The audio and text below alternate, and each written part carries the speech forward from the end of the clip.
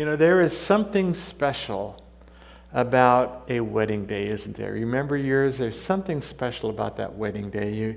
You go before the pastor and you're in the presence of family members and friends, and a covenant is being made.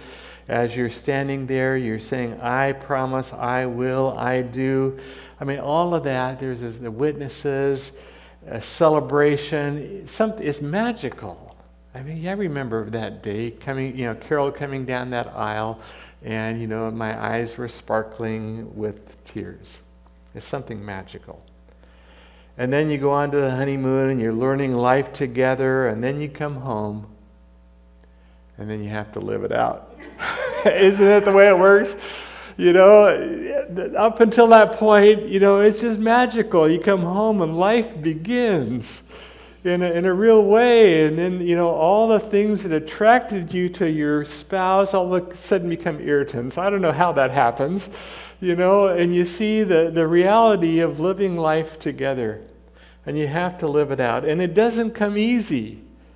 You have to work at it, and it can be a struggle at times, but you just do it, don't you? You learn to, as I say to Carol, she puts up with me, and I put up with her. You forgive one another, you bear with one another, you learn to love through the difficult times. That's just life.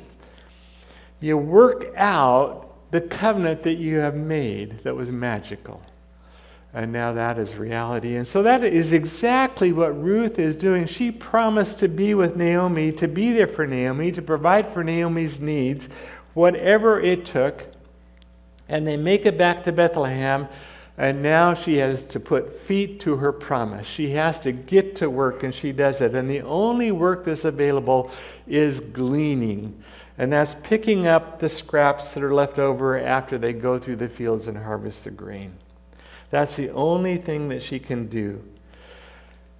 But to do this, she needs to be granted permission from the landowners. And they have to be willing to leave the perimeter of the fields unharvested and the corners of the fields unharvested, and to allow gleaners to come in. She needs the favor of the landowner. And so we pick up that story. She goes out and she says, I'm going to go out and find a field, a landowner that will give me favor, and I'm going to glean. So she's looking for favor.